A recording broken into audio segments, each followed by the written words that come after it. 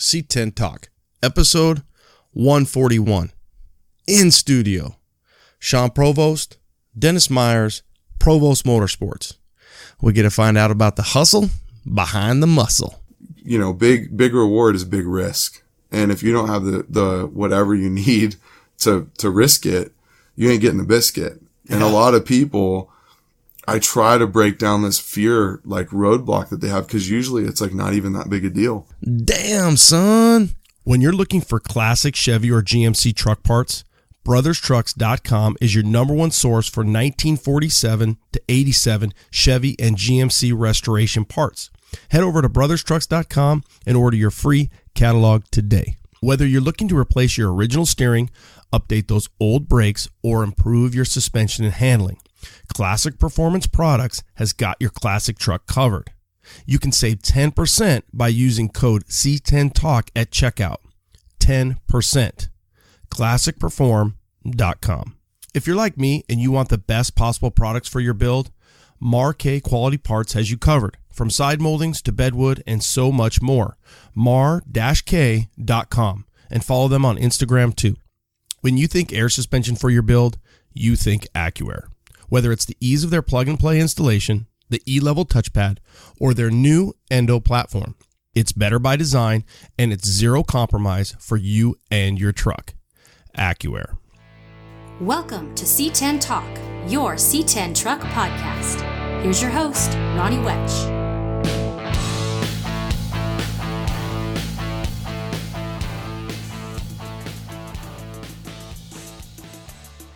C10 Nation, listen up. In studio, what a blast. Thank you guys so much for coming by, Sean and Dennis, and representing the Provost Motorsports team. Those dudes are not only rad, but they're representing some really rad dudes, and it was all my pleasure to have them in-house. I'm honored to have guys come by and sit down and cut it up. And again, they represent some really rad guys that I was able to meet on the Lone Star Throwdown, eastbound and down to the Throwdown. So good times. A few quick announcements. Happy 4th. I hope you guys have a blessed, happy, safe 4th of July. I hope this goes out before the 4th of July. I'm leaving and I'm going on vacation. So my goal is to get this thing out to the airwaves before that. And I'm going up to higher country. A little bit cooler than Arizona. So happy 4th. I hope you guys have a really safe and blessed 4th of July. I hope you're around friends and family and nothing but awesome times. Make sure you're safe, drinking and driving. Remember, Uber is nothing but amazing. And it's pretty tough to get a DUI when you're Ubering to and fro. So set yourself up, have a great weekend, and a safe time. Speaking of that weekend, run to Brothers. So the Brothers Show and Shine, the 21st annual, it's up, it's running, and they've got a new park, Oak Canyon RV Park. There's guys from AZ doing a little run to Brothers, and really there's run to Brothers all over West Coast, from Central Cali to NorCal, all over the place. I've seen a lot of activity already on the Instagram and social media that people are going to be headed down to Oak Canyon RV for that event. That's going to be July 7th at Oak Canyon RV in Silverado, California. It is sold out. They did sell out at $650. So if you weren't able to get a pre-reg, you might be able to hang out. I don't know. I'm just throwing this off. I haven't talked to them. Sometimes people register and then they don't show up. So if you didn't register and you didn't pre-register, then odds are you're probably not going to make it. So July 7th, the C10 kind of biggest show in SoCal there is going to be your Brothers Truck Show. So 21st annual. Let's see. So I hope that all goes well and everybody has safe travels. Thank you guys so much for jumping on board the new swag. I kind of teased you and told you we had it. We had the C10 Summer and then the Freedom Machine. Those are doing very well. And the C10 Summer is probably one of my favorite shirts that we've ever done. I had the vision. It came together. I couldn't have done it without my buddy Casey. So Casey, thank you. And appreciate, you guys digging it as well. Kind of retro rad with some of those colors and just cool stuff. And the Freedom Machine is right after Todd Carpenter, Big Fish Garage, his Spirit of 76, his big old truck, is Chevy, 76 Chevy, 4-wheel drive K10. And digging that as well, kind of like a big iron-on. So hopefully you guys who picked those shirts up can wear them on the weekend on the 4th and over the weekend and enjoy that, and we appreciate you repping. I did also get back in stock the GMC keychains, or I should say the keychains, the leather handmade keychains. We now offer 4 different GMC ones: 62 to 66, 67 to 72, 73 to 80, 80 to 81, 81 to 87, I should say. And so we have all 4 of the eras there of the GMC. So, and then I was able to restock the Chevy stuff as well. So check that out at c10nation.com. c10nation.com. Also, I announced last episode that both Yellowstone and the 78 Survivor are for sale. And I'm kind of thinking some people didn't believe me, but they are for sale. So if you have any questions, hit me up. I do have great ideas and plans of putting a bunch of pictures online. It just haven't happened yet. So if you got any questions on Yellowstone or the 78 Survivor, hit me up. They're both for sale. And people are like, well, what are you doing? I'm not really doing anything. I just have a lot of trucks, and I need to work on Orange Slice. I need to work on Snowball LS, which is my son's. Frito-Lay is still sitting out there. That's the tow truck. And I've got my 74 K5 Blazer. So a lot of different trucks and plans and ideas. And in Arizona, you need shade. So I need more shade. I have a little shop here. I love my shop, and above my shop is my studio, but I wouldn't mind a little bit more shade. So that's the plan, especially with more than one truck going at a time with, my son now. So that's probably kind of what I'm thinking. Sell some trucks, get some shade. It's all good. Let's see here. What else? You've got 2 shows in August 10th. You've got C10s in the Capitol, at the Capitol, Olympia, Washington, Pacific Northwest. Hit up Todd and Jen Manchester. That's going to be C10s PNW, I think.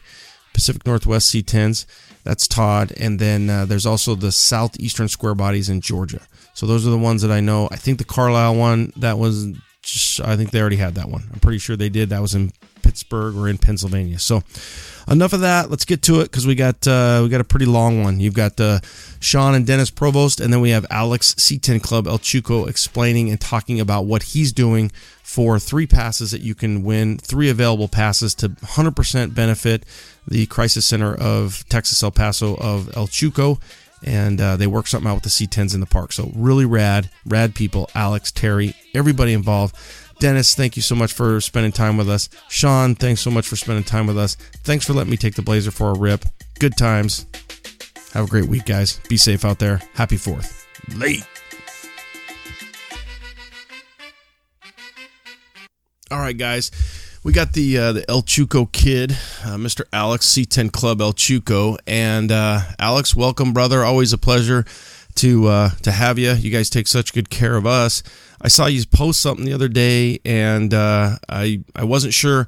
The ultimate thing that I saw was that there's a few passes for the C10s in the park, and I thought, I should reach out to Alex and find out the specifics, and then let's put it out to the C10 Nation. So welcome, always a pleasure, and tell us about what you guys got going on in conjunction with C10s in the park.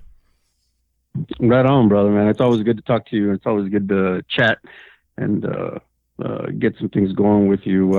As far as the C10s in the park thing, it was something that I had discussed with Terry just after C10s in the park last year, and it was around the time I was closing out my cruising year, because every November, the end of October, the beginning of November, I'll have like a cookout picnic for the local guys, and anybody else who wants to come in and join. I'll buy food for them, and just a thanks, for supporting the local club and coming out for the year. Anyhow, I had talked to Terry, and I had an idea. So I'm always looking ahead of what I want to do for the next year, the things that I want to put together, the events, the gatherings, just to hang out. And I'm always either doing definitely 2 or 3 charity events per year. And one of the charity events was going to benefit the Child Crisis Center here in El Paso.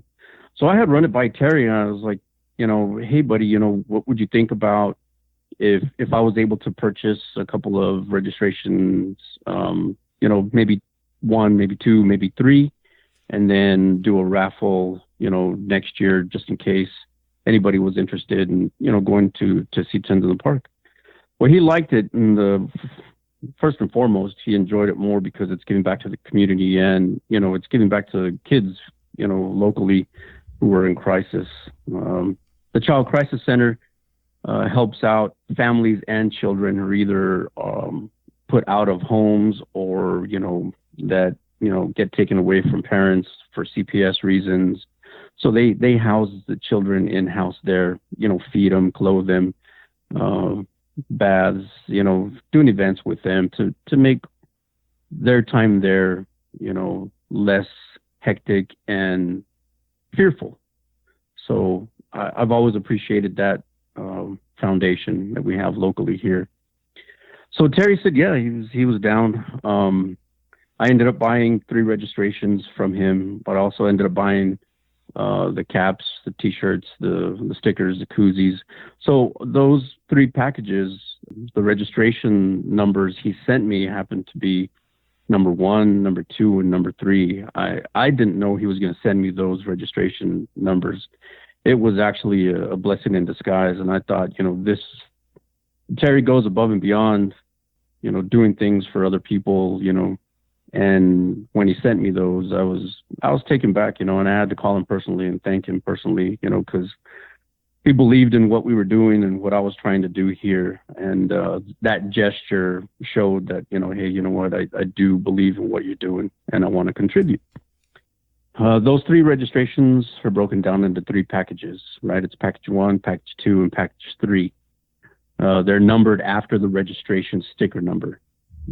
Each package is a donation of $20. You can donate $20 into that package. It's about a $70 value, and you can choose between 1, 2, and 3, right? You can donate once into one package, or you could donate into the various package, as I've tried to explain to other people.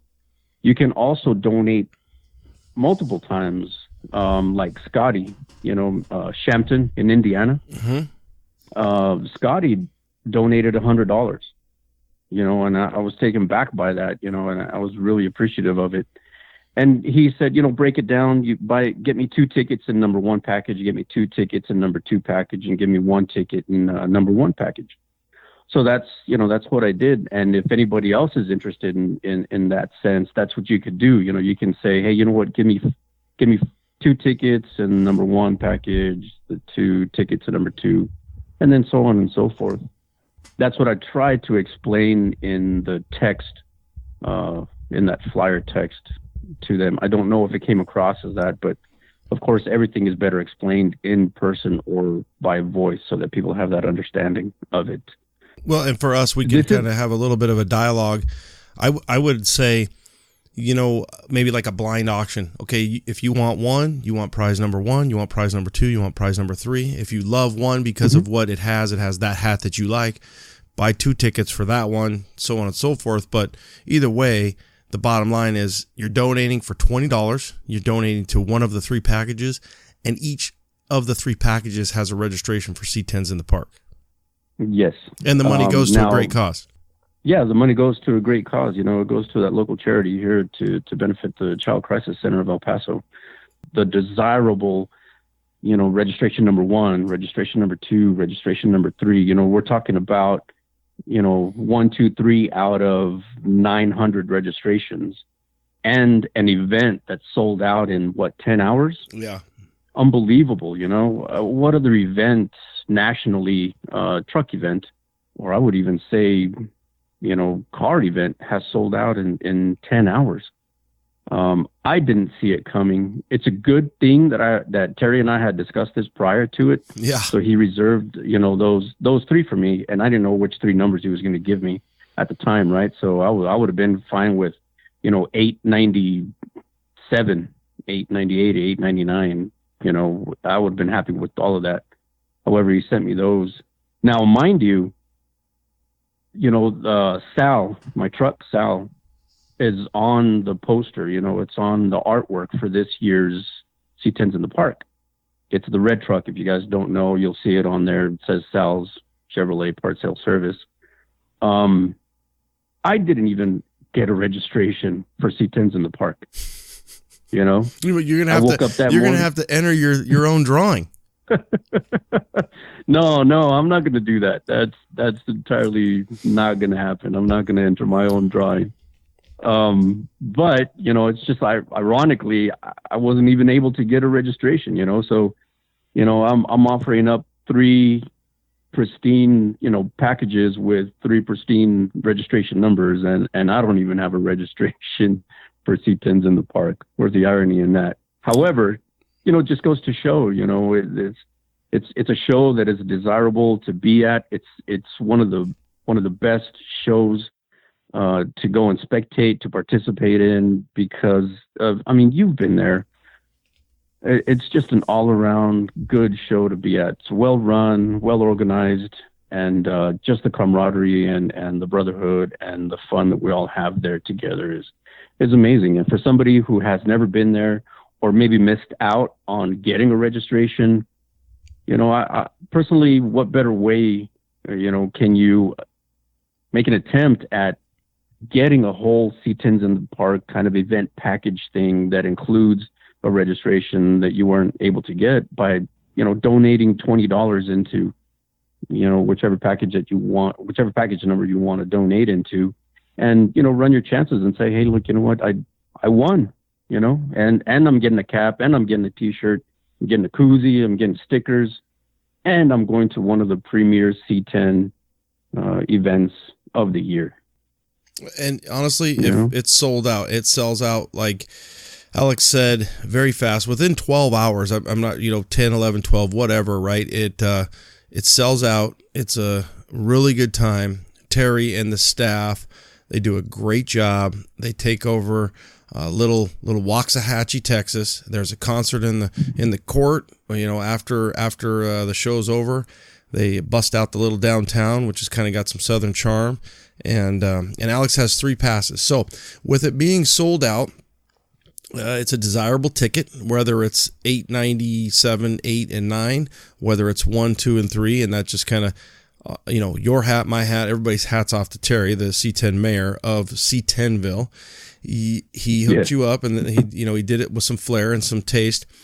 Those are 3 coveted tags for the audience. If you want to take part and you would like to go to C10s in the park or C10s in the trailer park, like I like to give Terry a hard time, you need to reach out. I bet he loves that. Yeah, he doesn't really say much, because I think if he does, then his response will probably make me dig in a little bit deeper. But so we'll repost it. The C10 community, you know, we need to rally around this and let's raise some money. Let's raise some money for a great cause. If you'd like a ticket, this is the way to try to get one. Or if you just want to donate, you know, then this is another great way to donate. Yeah. How does it work? 100% of the proceeds go to the charity. You have a 501c3. How are you running it? I mean, you're in the fire department. That's another thing we should say. He's a captain in the fire department. He works for El Paso Fire. A lot of fire guys, this is something that we deal with a lot. We have nonprofits, and for my city, it's called the SURF, Chandler Emergency Relief Fund. And I would venture there's probably, I would say there's over $50,000 in that fund. And that fund gives back to people all day long. It gives back to people when they get burned out of their homes, when they get in a wreck and they need some money. And it's kind of like the old school pass the hat. Well, back 20 plus 25, 40 years ago, the guy said, hey, instead of passing the hat, let's do this. So now you are, doing that same thing and leading and paying it forward. Yeah, I'm doing it and paying it forward through the club, through the C10 club, El Chuco, Texas. It's not department related; it's just personal related for me. The foundation is a nonprofit foundation, and I do want to let people know that 100% of the proceeds that are donated are going to that. I am not getting any money in return. I'm not going to get any money in return. The money that I spent, on that, I bought out of my, out of pocket, and I'm not looking to get any of that back. All 100% of the proceeds are going to go towards that. It's important to me to give back to the community that gives back to us. And honestly, that means more than 100% of the proceeds. All of it is. There is no proceeds. It's all going back because Alex is donating his portion. Everything goes. So there's every dime goes in, it's going out, and he's giving it to the kids and the families, and what a great cause. So how do they get? Is it only through Instagram? How do they pay you? Is it through PayPal? How are you running that part of it? Yeah, it would be through PayPal. The instructions to pay for the PayPal are in that flyer post on my Instagram. You'll see the first one. It has a kid sitting in the back in the bed of Sal, and then if you read through the details, what you could do is you could pay me through PayPal, and the PayPal address is C10Club El Chico, Texas @gmail.com. In the notes section of your PayPal, just state your name, your address, the city you're from, and a phone number. What I will do is write that down.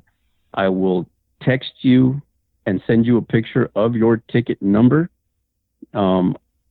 And, you can confirm with that. You can write me a confirmation back, stating I did receive this. Also, to avoid, because modern day, we have to worry about scammers. We have to worry about people that are opportunistic, so to speak.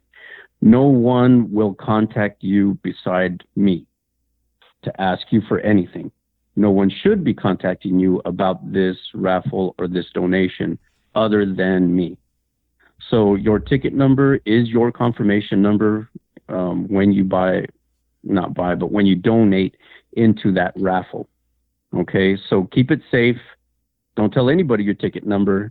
And if you win, that is your confirmation, and I will contact you, through that. So in the theme of children, in the theme of making children happy, in the theme of being there for children or giving them, a smile on their faces, there's a place here called the Adventure Zone. The Adventure Zone has a little, like a putt-putt mini golf place. It's got go-karts. It's got the little water bumper cars. It's got a full arcade in the inside. And, of course, it's catered to children and adults. So I thought, I approached the owners, and as a matter of fact, Aaron, Pumpkin Express, also knows the owners to that business. So we got in contact with them and asked them if they would enjoy or be willing to host us. And by all means, they were very excited about doing that. And I ended up locking in that area for the event. Yeah, and everybody can come out and have a good time. So if you are interested and you are in the area and you want to either have that hat, that pass, the whole package, you can DM him, you can reach out to him, you can get on social media, C10Club _El Chuco, Texas, ELCHUTO, El Chuco, and then TX, Texas. Alex will make it happen. That's going to be on July 3rd. Your donation, July 13th. Yeah, July 13th from 8:30 a.m. to 1:30 p.m. Okay. At the Adventure Zone on the west side of El Paso. $20 get you one of those. If you want to spread your money around and you want more than one in a specific package, you want the coveted number one for the 2019 C10s in the park, then that's where you can put all your monies and spread it around. The bottom line is, at the end of the day, all the money goes to the crisis center. That's exactly right. You can try your chances at more than one raffle ticket to increase your chances at winning the coveted number that you want. Cool. Well, we appreciate what you're doing, and I think that go ahead. Yeah, real quick. If you just want to donate money to it, that same PayPal address, you could do that. In the notes, just please state donation only. Okay. If all you want to do is donate money. You guys get a hold of him. Yeah. C10 Club El Chuco, Texas. Alex, you're the man. I appreciate it. Hopefully you get some traction with this. Thanks for all that you do. Thanks for always taking care of us. Appreciate it, brother. It's always a fun time with you guys, man. And I just want to thank everybody who has already participated in this donation raffle. And for those who are thinking about it, don't be scared. Take your chance. It's for a good cause. It's going to be a good time. You're going to have a great time at C10s in the park. I can't say enough about our C10 Club community, man, about everybody that's involved in it. You guys are the best. Cool. That's awesome. And ultimately, you got up until July 13th, Friday the 13th, to throw your money in Friday there. the 12th. Friday the 12th. Well, what Friday the hell? the 12th. Out of town people. Friday the 12th at I think 6 p.m. Pacific Standard Time will be the last attempt at doing the registration. All the local guys here and whoever shows up at the day of the event, they still have the day of the event to donate in person locally. Yeah, I'm thinking I got to work the 14th, so I think the 14th must be a Sunday, and I was thinking it was a Saturday. So Friday the 12th, if you're out of town or if you're local, you're there, you can donate up and to the point. Alex, thanks so much for doing that, and we look forward to watching that and seeing who wins number 1, number 2, and number 3. Thanks, brother. Me too. I'm excited about it. If I get it, I'm going to donate back to you so you can take Sal. Sal will be there, man. Sal will be there, even if it's a spectator. Okay. All right, brother. Thanks, man. All right. C10 Nation in the house, in the studio, the Provost Pimps, at least a couple of them. So Mr. Sean Provost, who, by the way, let me look at my calendar, was supposed to be here exactly a year ago, but he was on his way to Japan with the Mafia truck. But we got Sean and we got Dennis, and they're here in the studio. And first, it's an honor that you're here in the studio. And second, I'm just yoked to have you guys on the show. And I think what I think is the C10 community, the C10 Nation knows probably who your trucks are, and they might not know who you are. And I think, for me, welcome. But the coolest thing that I really do, I'm kind of maybe a little soppy with it, is I like to get to know the real story behind the trucks, behind the cab, behind the dash, behind the steering wheel. What's keeping that steering wheel or that seat real nice and warm? And that's what we're all about. So thanks for coming. Thanks for having us. Who's Sean Provost? And then let's get into Provost Motorsports, PMS, the Provost Pimps. The Pimps. So the Provost Motorsports happened through racing and wanting to build cool stuff and be able to be in control of the quality and the craftsmanship and just make something that's not going to break or fail. I'm good at breaking things, blown up a few motors. And so the shop and building these cars just kind of evolved slowly and then just got big really quick as far as like the level of builds that we're trying to complete.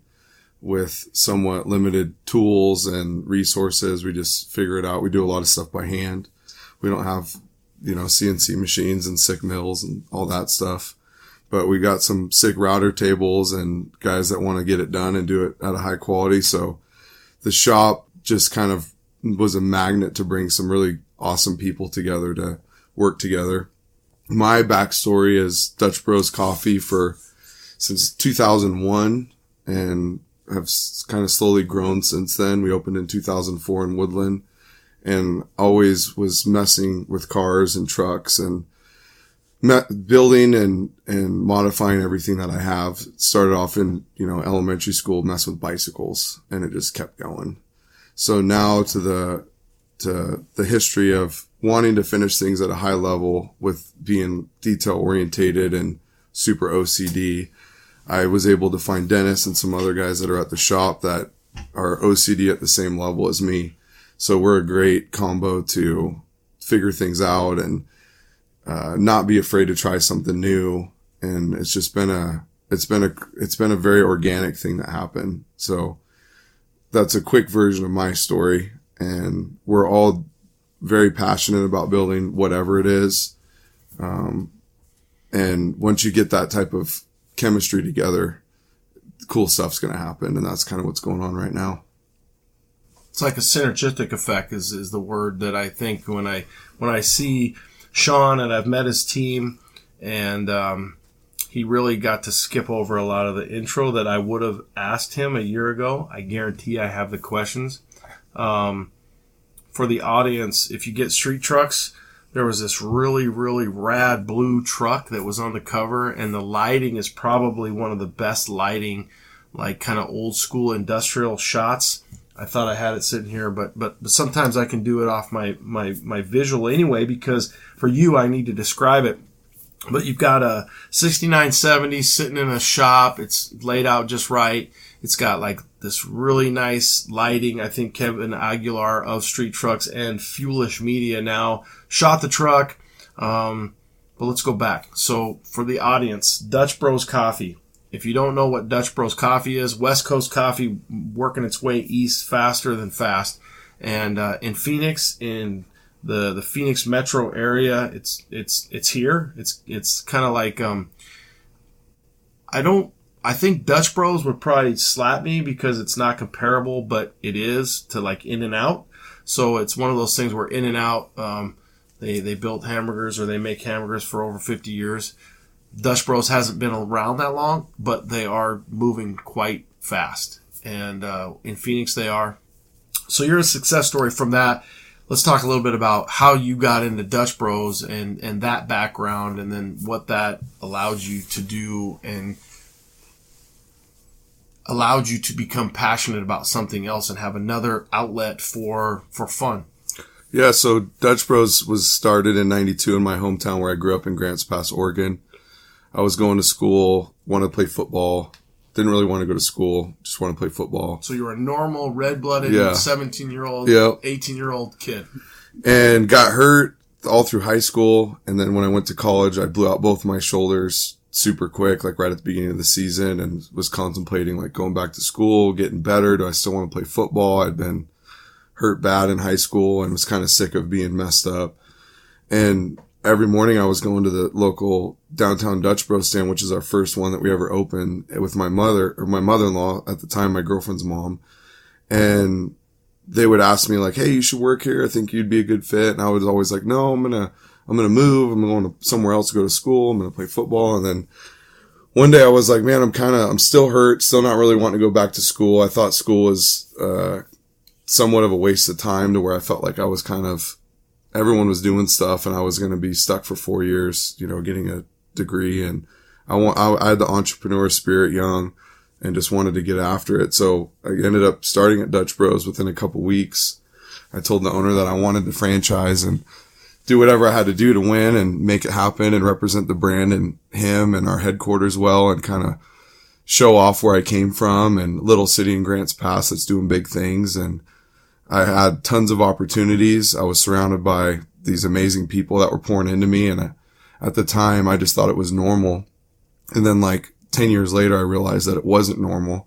And I had these just genius, really wise people in my corner, helping me, guiding me, coaching me, giving me like more life advice than work or Dutch Bros. And then that type of relationship where you have all these people who want you to win, that help you, that want you to succeed, you just want to do that for others. So I was able to open up shops. I was able to manage. I did some traveling. I did whatever they needed me to do, and was able to franchise within a couple years. At 21, we moved from Grants Pass to Woodland, California, opened up our first shop, got married, like totally relocated away from our families. Was it the same girlfriend's mother-in-law? Yep. Okay, that's good. Yep, same. So there was no prenup. Yeah, no. Yeah, me and my wife, Lindsay, have been together since right before senior year of high school. Cool. So Dutch Bros. Congrats. Thank you.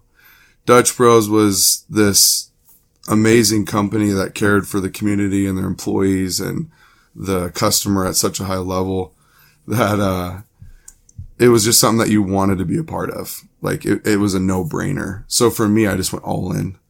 And when we opened our first shop in 2004, it was super hard. Worked the crazy hours. My wife worked with me. We were our own HR, our own payroll, our own everything. And over time of growth, we were able to like start hiring good people and getting the help that we needed to grow. And it's just now we just finished building our 6th location, and we're getting ready to do a 7th.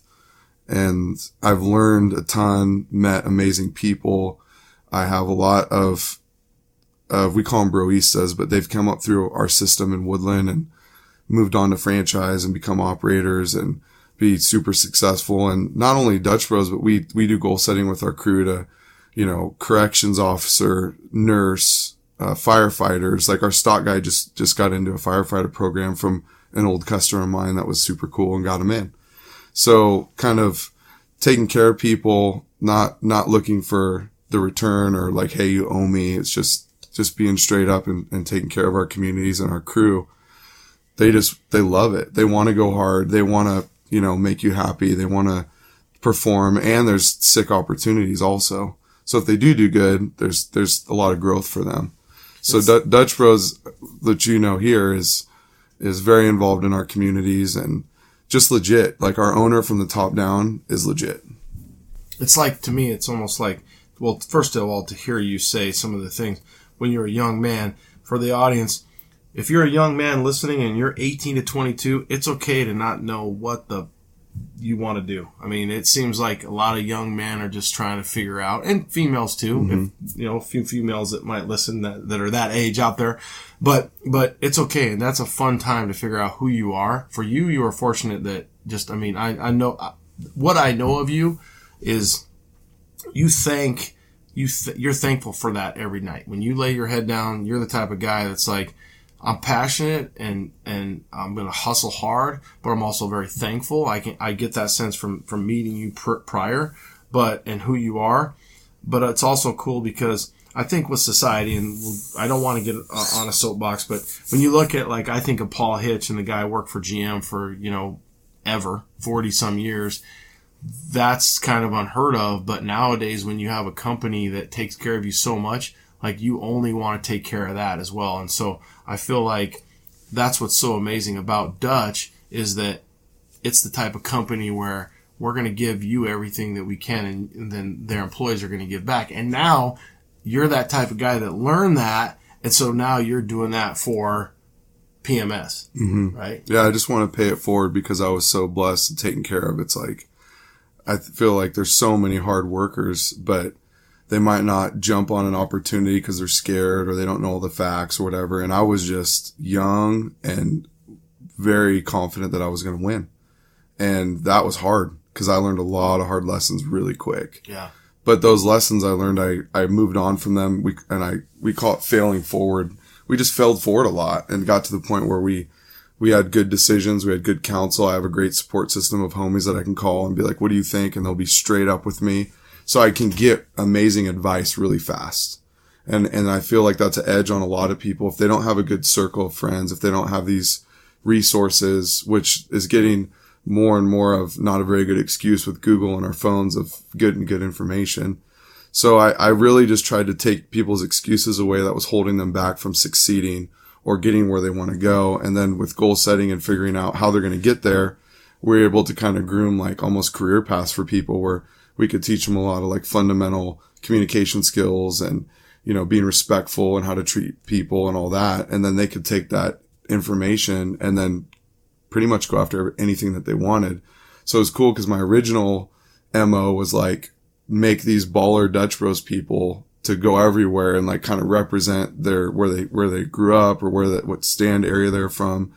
And now it's just as much that as if we're teaching people how to get on path to get degrees or, whatever their career path is. We have a bunch of mechanics that have come through us, and with flexibility of time and all the things that we offer and the tips, I mean, it's a great side, short-time job or part-time job where somebody can still go after whatever goals they have and still work 20, 30 hours a week for us and kind of do it at the same time.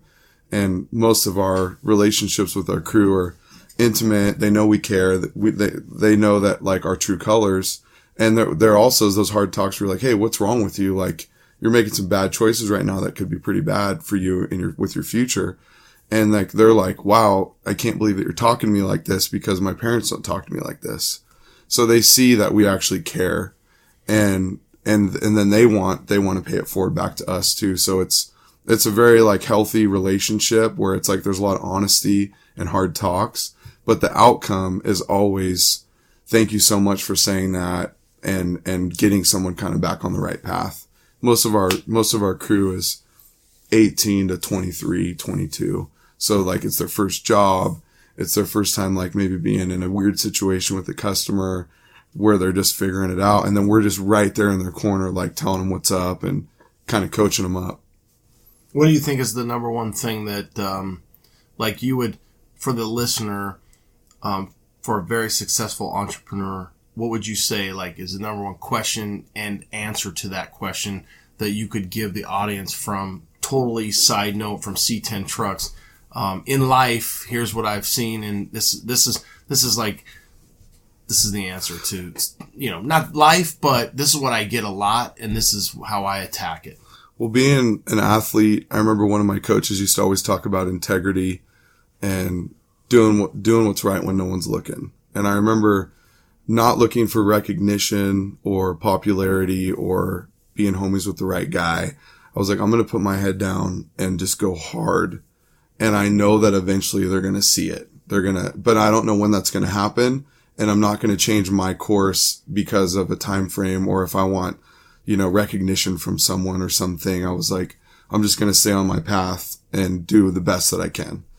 And doing that was just a learning lesson the whole time.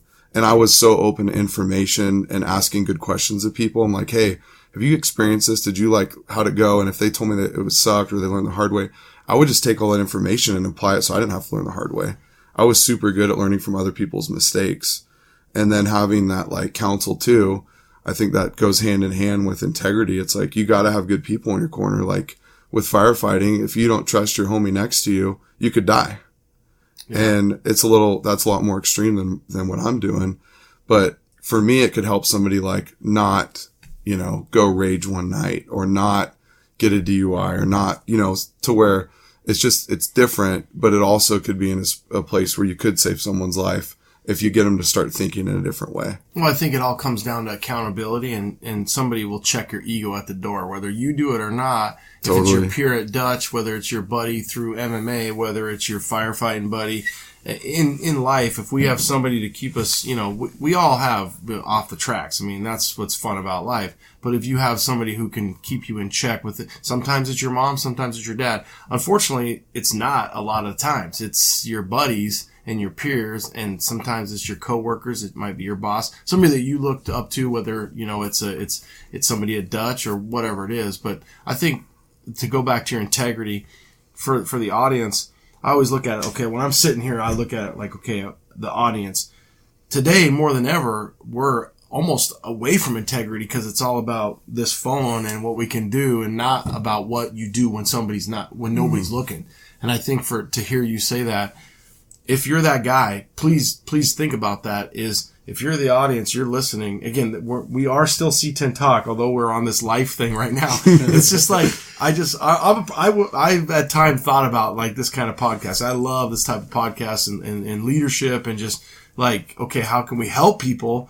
Is just realize that it's okay. You don't have to, this is kind of the pot calling the kettle black or whatever. It's like, you don't have to Snapchat everything. You don't have to Instagram everything. And I see kids today, my own kids, but you will get recognized. If the cream of the crop rises to the top, man, and you will, people will find you. It will happen. So if you're putting your head down and you're grinding, and then now you're putting your head down because it's just not working out the way you thought, just pick your head back up, because eventually you will be in a spot where you're happy if you keep grinding. It's that key word of keep grinding. Well, like you said about ego, one of the things I always tell our people is ego always kills talent. And I see like super talented, smart, driven young people that might have an ego or bad attitude or don't want constructive criticism, and it just annihilates them because they can't handle it. And it's like not normal now to call somebody out and be straight up with them, but it's like that's where the growing happens. Even though it might be painful, it's legit. I mean, when you did your C10 award for the year, C10 of the year, is that what you called it? Yeah, C10. I had all these people on our hitting us up, and they're like, hey, vote for this guy because he answered my call about my wheels back spacing, or he DM'd me about what color paint I should use, or like we get hit up from people over the country like, what color interior should I do? This is a picture of my truck. And so I've always been open to helping anyone. Sure. And I don't care about a return. And I was seeing like all these people say, vote for this dude because he helped me with my truck or whatever. And it's so cool. Like that took me 30 seconds to respond to somebody, but now they're like a fan and rooting for the truck to win. And it was never intentional. Like I just wanted to be a help to someone. So to see those types of things coming in and compliments and stuff, it's encouraging just to keep doing it. I never want to be like, not have time for that. Like, I want to make people feel like we have all the time in the world for them and that they're important and we care and we're not just going to, blow them off. And I think that just goes right back to ego. And the other advice is fear. I see so many ballers. I'll be like, why didn't you do that? Or what's going on? And it's always fear. Yeah. Like, what if it doesn't work? It's like, big reward is big risk. And if you don't have the whatever you need to risk it, you ain't getting the biscuit. And a lot of people, I try to break down this fear, like, roadblock that they have, because usually it's like not even that big a deal, but it's enough to hold them up. How you say that, right? And then let's just say you had a fear, whether it was a podcast, whether it was a certain build or something else in life. And then you look back after you did it and you're like, are you kidding me? That's where I think you can almost keep your own personal notes and look at your life and say, I remember I was afraid of this, or I didn't have the, quite the gumption that I needed. And life has a really cool way of balancing it out. If you don't have the balls, you don't have, the risk it to get the biscuit, you don't have whatever it takes.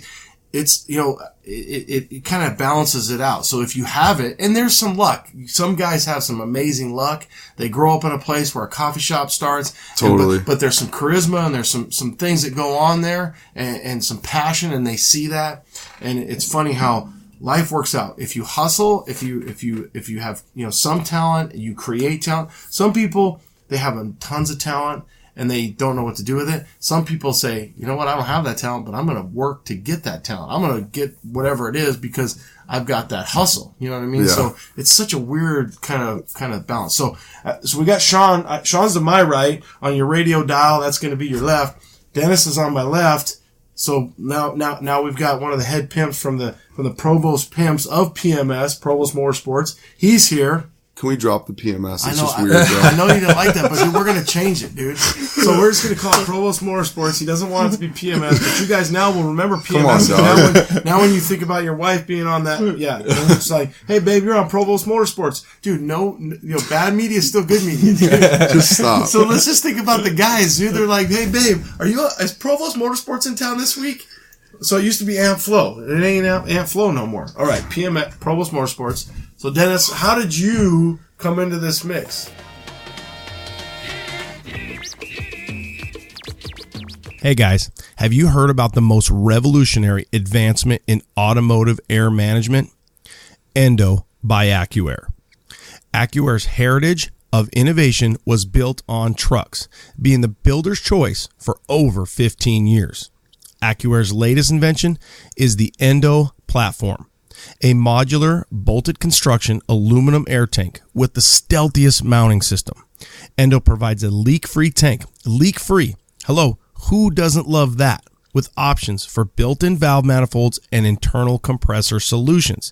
That's right, the compressor is on the inside of the tank. Being on the inside of the tank means it's quiet. I'm talking library quiet, people. Head to endo.accuair.com to learn more about the Zero Compromise Air Management Package. endo.accuair.com. C10 Nation, what's stopping you? Well, CPP has you covered. They offer multiple different options to make the disc brake conversion as easy as possible on both you and your wallet. And I am so stoked to announce they are giving our listeners 10% off your total order. 10%. Damn, son. From stock height conversions to their Big Break Grand Slam kit. This kit includes their famous modular spindle, a 13-inch rotor, and twin piston calipers. How's your altitude? You need to get a little lower? CPP has you covered there too. They offer a wide variety of drop kits for you to choose from. Have you seen their late model power steering boxes for C10s? Their 500 series power steering boxes are 100% brand new units inside and out. It's the best on the market today, and it's a direct bolt-on to 1967 through 87 C10 truck frames. Guys, take advantage of this 10% savings now. Head over to classicperform.com, that's classicperform.com, and use special code C10 Talk. That's C10 Talk to save big today. So Dennis, how did you come into this mix? 6 years ago, I sat next to Sean at a wedding, and he said, I've heard a lot about you. I got a project for you. And from there, we've been building. Is that about when Provost Motorsports We started in 2017 in my home shop. Okay. But obviously, my Mesa Public Schools math says you started way before that. Yeah, I mean, since 16 I started doing stuff with cars. So I was just always looking for talent and good shops to go to. And I asked everyone, and they said that for audio and lighting and like upholstery, that Dennis's shop was the best. So when people say I'm looking for talent, if you're 30 and younger, it means something different than 30 and over. Yeah. I'm looking for talent. He was at a wedding looking for talent. And you need to chill, bro. And the talent that he found was Dennis. So we hit it off. We hit it off. Yeah, he brought me, came to the shop, and I had a really solid group of guys. And your shop at the time was? Pure Audio. Okay. Been doing audio since I was 16. Had a small shop in my garage when I was younger. My dad kind of led the way with me. I swept shop when I was young, always around cars. So your dad had a shop? Yeah, we had two in LA. And I grew up around it. I was pushing a broom. I was cleaning the toilets. I was able to be around cool cars and kind of dig the scene. And from there, I just never gave up. What was your dad's shop? What was it? Consumer electronics. So it was custom audio, custom upholstery, lots of bitching cars. So this is, like 95? Yeah. My first shop like I walked 16? into, I was 7. And from there, we moved up to Northern Cali when I was 12. And my dad left the audio scene. So I had this dream garage as a young kid, and table saws and router tables and all the cool tools, and got into high school, and it was like all these guys wanted to do cars, and I just spoke up at the time like, yeah, I could do it. It's not a problem. I got a shop. We'll knock it out. And do you think that your confidence because of you starting at 7 was like, are you kidding me? I got this. No, my dad just always pushed me to work. It was just work hard, never give up. And I think it shows in the work that we put out. If it was hard, we crushed it. There was nothing that wasn't doable. Yeah, now I know why your back hurts. Yeah, perfect example. Thanks, Dad. Yeah, thanks, Dad. But really, it's one of my biggest things growing up is I was always so particular on how things were done.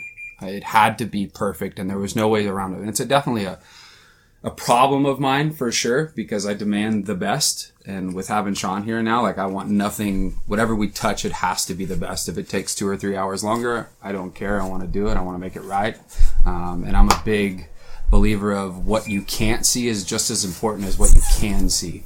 And Sean gave us all the opportunity to get down. And my right-hand man at the time was Ricky. And he's always kicked ass for us. And at the time, Sean had Aaron running and working for him, and we all know him personally. We're good friends, and one thing led to another. We got Cole rocking with us, and my boy Carlos does upholstery with us. And it was just one of the first projects he put on us was a Caddy, the white one. 64. Aaron had done his thing to it, and it showed up to my shop to get the beat down. We call it Big Beat on the West Coast. When we were in Texas, nobody knew what we were talking about. Yeah. But we do Big Beat, which is 6 stereos. All right. So because they do Big Lip right in Houston, right? Yep. You saw some of that LST. They were like, what's Beat? Big Beat. So we were telling them what was up. So we'll get into Big Beat on Goldie. Yeah. Because that thing's got more than Big Beat. That's that's like J-Lo booty or Beyonce booty in the back, and that thing, that's got big I think it's more of a Kim K booty. Yeah, that shit's big. Yeah, that is Kim K. That's a big ass beat. 2,000 watts of bass. So let me get this straight. So, dude, somebody loves you.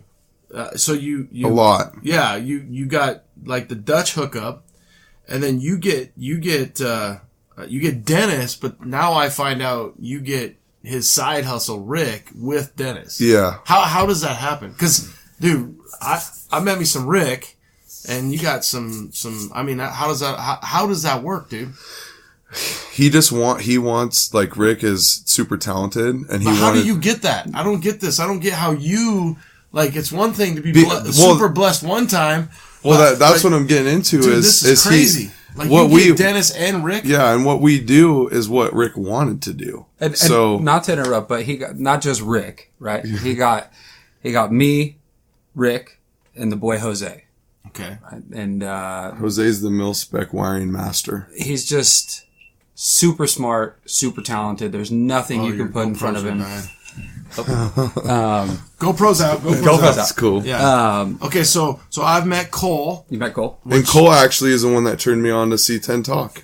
Cool. Yeah. I knew I liked that kid. Yeah. I actually love that kid. I think I might have What up, dog? Yeah. Cool, man. Okay, Rick, skinny motorcycle dude, posts tons of motorcycle and loves C10 gear, so I'll send some back with you.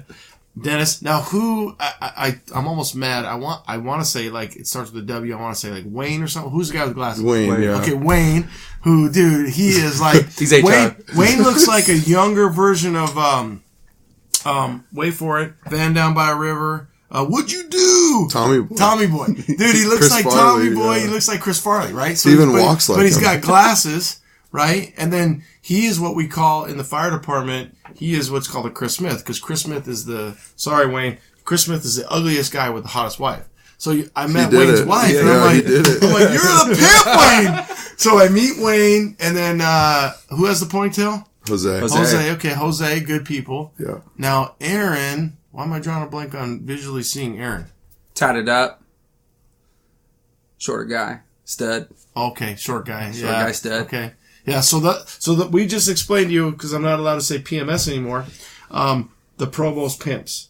So on LST Eastbound and Down to the Throwdown 2019, we got to meet full on the Provost Pimps and the Joey G and the Bitchin' Boys. So what I would classify is really kind of two sets of ballers coming together as one, the NorCal guys, which is the Provost Pimps, and then the Tucson guys, which I know Tucson, that doesn't really make sense, but the Tucson guys come up, and dude, it's just good people, and it's cool that, again, that's what I'm thankful, just like you, I'm thankful that I sit here as the C10 Talk guy, but I'm also, it's just cool because rad people doing rad shit.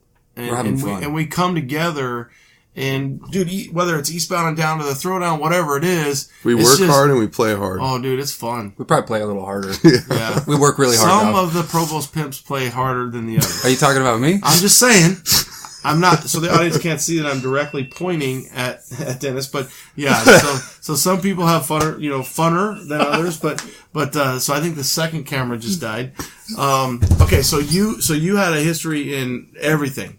What would you say was your specialty? Audio and wiring. It's always been my gig. I fabbed for a long time until I got Rick on the team, and Rick took over fab for me, and he's been rocking and rolling, kicking ass ever since.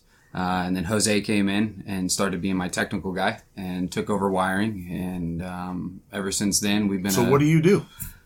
Well, I plan out things. I organize. I run the shop. I make sure the wheels are turning. I do the logistic part of the backside. I make So sure. you're kind of the head pimp. No, Sean is the head pimp. Well, we know he's the head pimp, Yeah. but he's off doing his thing. He can't Dennis be is there all the running. time. Dennis is running it and killing it. So you run Provost Motorsports. Yes, sir. I do. Yeah. Very lucky too. All right, cool. Living the dream. Yeah. So your background, you've been living this for a long time.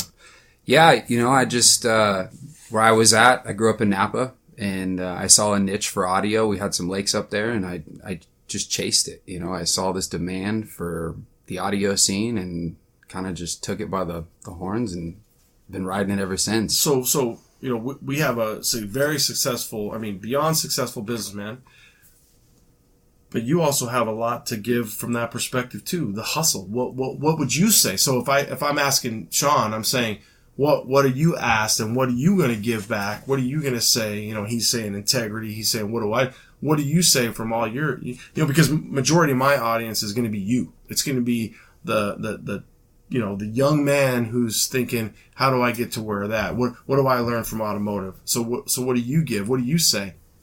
Never give up, man. Chase a dream. You gotta say it loud. Chase a dream, man. Chase it. And Never give up. Never give up. Hallelujah. And to It's be real. really clear, I'm beyond lucky to have met him. Right. He gave us jobs and we worked our ass off and we built cool stuff for him. But to work side by side with him and take his knowledge and what he says and what he runs with and what he does, all the guys look up to Sean. He's a kick-ass leader. It's cool too because you take all your experience, whether it's from sports and this has totally turned into like a business entrepreneurial podcast, but that's okay. You take from your life history, Dutch. I got my Dutch Mafia, Dutch dad. I mean, I'm all in, dude. I send this guy more Dutch pictures. He's like, okay, I get it. You just bought a kicker today. I mean, cause I'm like all in, right? There you go, dude. So he just showed us his tattoo, his Dutch Mafia tattoo. So you take your leadership ability and what you've learned over life, and then you bring it and you morph that again back to that synergistic thing with somebody who's very passionate about kind of almost you delivering back the best of coffee to the customer service to whatever. And you take somebody who has the automotive, the audio, the wiring, the tech, and then boom, and now you have Provost Motorsports. So it's just from sitting here, and not only that, but I saw what they brought to LST, what they're bringing to Brothers, what they're doing, SEMA 2018. They had their 74 Provost Sean Specials, Super Sport, freaking yellow tint, mofo, rockets. Let's go for the 70s vibe, dog. Oh, totally, dude. So they got a lot going on. So for the audience, is it 70 or 69? Your truck 70? The Mafia 70. How did you end up with the Mafia truck? Because I think that's a cool story. Yeah, it's super cool. So in 2001, when I had first started, I was hanging out at our warehouse quite a bit, and that was something else about the hard work part. They would send out these messages. I think I got paged because we didn't have cell phones back then. He's going to keep talking, and I'm going to go get a beer. Yeah. And they would ask like who could help us unload the bean trucks, and there would be like me and one other guy named Ron that would show up to do it, because it was like 100-pound bags, no forklift, a semi truck full, and we'd unload the whole thing. And one of the times when I was there unloading, our owner rolls up, and he had just picked up this truck, and he had it fully restored, paint, interior 396, and I was like, hey, I want to buy this from you someday. I don't know how long it's going to take me, but someday I'm going to buy this truck from you. And over 10 years, every time I saw him, I'd ask him if he'd sell it to me. And he'd be like, no, it's my favorite truck. It ain't going anywhere. It's going to be my kids. And I just would keep hassling him. So one time I finally got him to think about it. We were on an airplane, and I said, I want to take that thing home. And he's all, let me think about it. So like 10 minutes later goes by. There's no talking. He goes, all right, I'll sell it to you. I'll hook you up. He's all, I know that you're going to make it badass. You're going to take care of it. He's like, I'm good with that. So wanted to drive it home. Thought it was all good. Head gasket was blown. He'd let somebody borrow it for a Christmas parade or something. They let it overheat. Had some other issues. Found some Bondo. So we just started taking it apart. And before we knew it, it was, it was 2 split frame rails in 6 hours. Wow.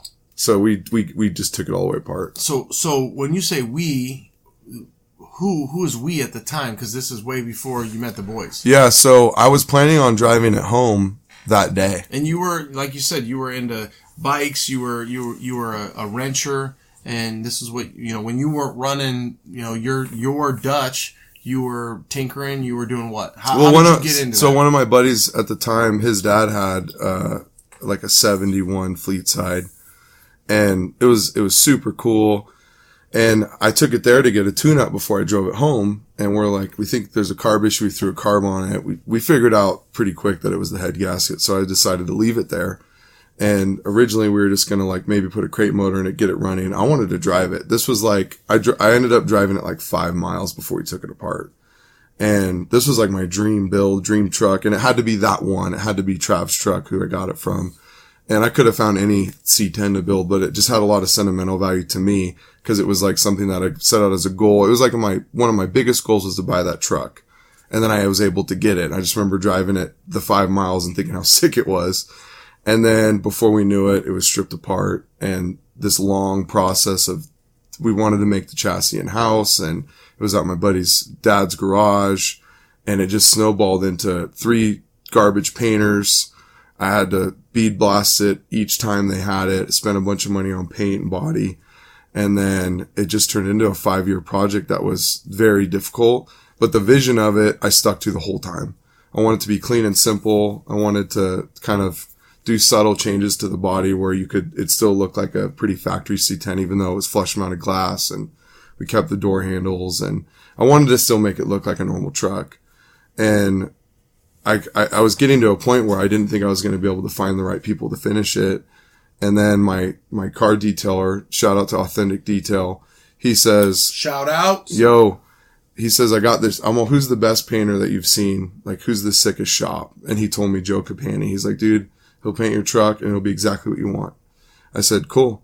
Next door to Joe Capani is South City Rod and Custom. And when I delivered the truck to them, it was pretty complete, but it still needed the engine bay to be done. It needed the bed to be done. Some of the previous bodywork and metalwork wasn't right, so they had to fix some stuff. But Bill was super cool and he stuck to like my build idea, let me kind of pick everything. And South City Rod and Custom's one of the top, Based old out school. of like Woodland, Sac. They're out of Hayward now, but they originally Where were. is that? It's like by Oakland. Okay. Oaktown? Yeah, it's right. Hayward's right next to there. Okay. But they started in South City, and they, I just saw their work quality and I was like, hey, I want you guys to help me finish the truck and I want you to paint it. And it was a good and this combo. was like 3 or 4 number painter. This was the 4th. Okay. And class act. They knocked it out of the park. They did everything that I wanted and above. I was like, I want the gaps to be perfect. I want the fit and finish to be perfect, underneath to be perfect. I was like, there's not going to be one thing that someone can pick. Do you think you were exhausted at that point? Yeah, I really needed help and I needed somebody that was good. And I didn't realize how expensive it was going to be to find the right guys to do it. But when they delivered the work, it was like, I should have done this from the beginning.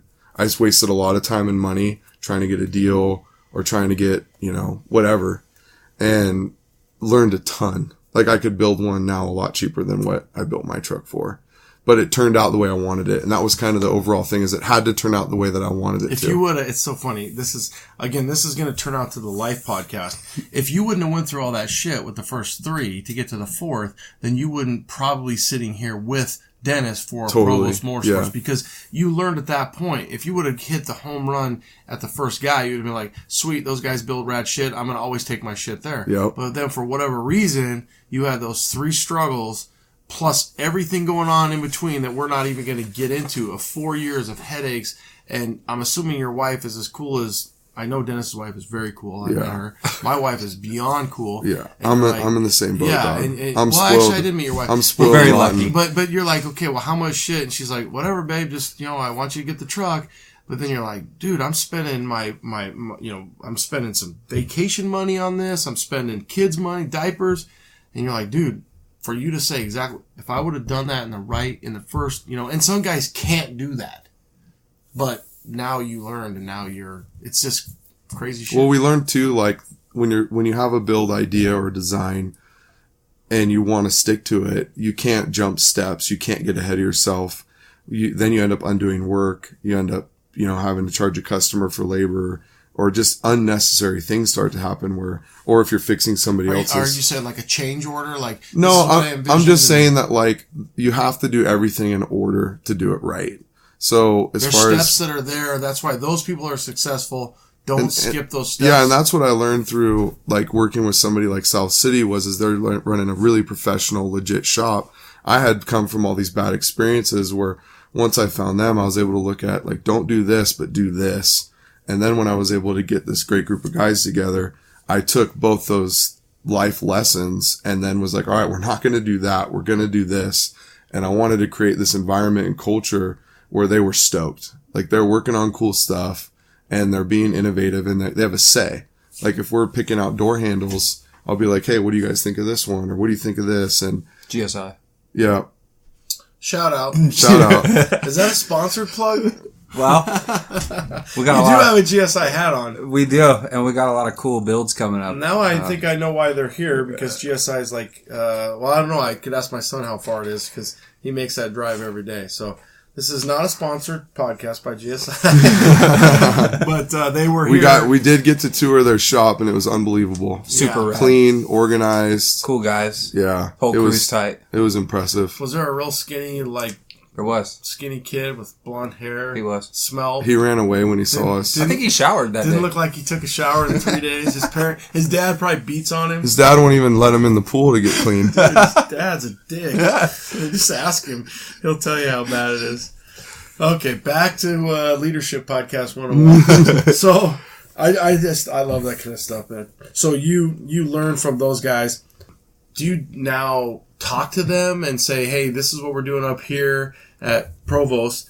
What do you think? And then I could see where they have respect. I don't know anybody who doesn't have respect for you. Like, I have respect for you right away. So you're not only the hustle, but you're also willing to, lay down on the tracks for me. Mm-hmm. Like, you're that type of guy. It's like, listen, I'll fight with you. We'll bleed together, and we'll conquer. We're all in. And so you're with South City. They take your money, but they build what you want, and you're like, I'm very happy to give you this money. Totally. But now you're another shop that you guys are talking to each other. You're like, okay, what are you guys doing up there? Hey, you're up there. Go to see, Dennis, go see Sean, whatever. And it's cool to see that, because I think a lot of times in our world, in the C10 community, which in the big automotive world, we're still a little small, little C10 group of people. I think the C10s and, the Lincolns, the Camaros, the Ring brothers are now building stuff. So once it finally gets to that point, you're like, all right, this is some pretty big shit. The C10s are now part of the world. But I also think that it's kind of like, hey, we got mad respect for those guys. They got mad respect for us. Let's continue to work. Mm-hmm. And I think sometimes in our world of C10ism, the cream of the crop will always rise to the top. Totally. I think that if everyone's winning, you're going to win more. If everyone's successful and living out their passions and building dope stuff or whatever it is, opening up restaurants, or if you're concerned about quality and having the magic in the details and not shortcutting things, you're going to have dope results. But everyone winning, I think, is one of the most important parts of that. Cause if there's only one dude winning, you're not going to have very many people in your corner, over time. Like, they want to win too. So I think that that's something that gets missed a lot. Yeah, people get tired of not being the winner. I would definitely not say you're the loser, but you're not the winner all the time. And one guy's always the winner, and you're like, damn, son, you're always winning, man. Like, damn, son. Like, don't forget about me over here, man. I'm hustling my ass off for you. And that kind of comes full-fledged back to Dutch. It's like we take care of you. You're going to end up taking care of us, because you're going to be all in. You're vested, man. It's family. It's Dutch Mafia. And so that's why you named it the Mafia truck. Mm-hmm. So you want to kind of get into that? I definitely wanted to make my owner proud with the quality and like how it turned out. I wanted him to be like, I want to buy it back. He's going to see it for the first time in like a month. So that'll be cool to show it to me. No if he's seen it yet. Yeah. So for the audience too, the Dutch truck, or the Mafia truck, it was on the cover of Street probably about a little over a year ago. Yeah. And it really, in my mind, it kind of took everybody, because I don't think you were big on social media at the time. Uh-uh. It definitely took the C10 world. It was on Street. Boom. You see the Mafia truck.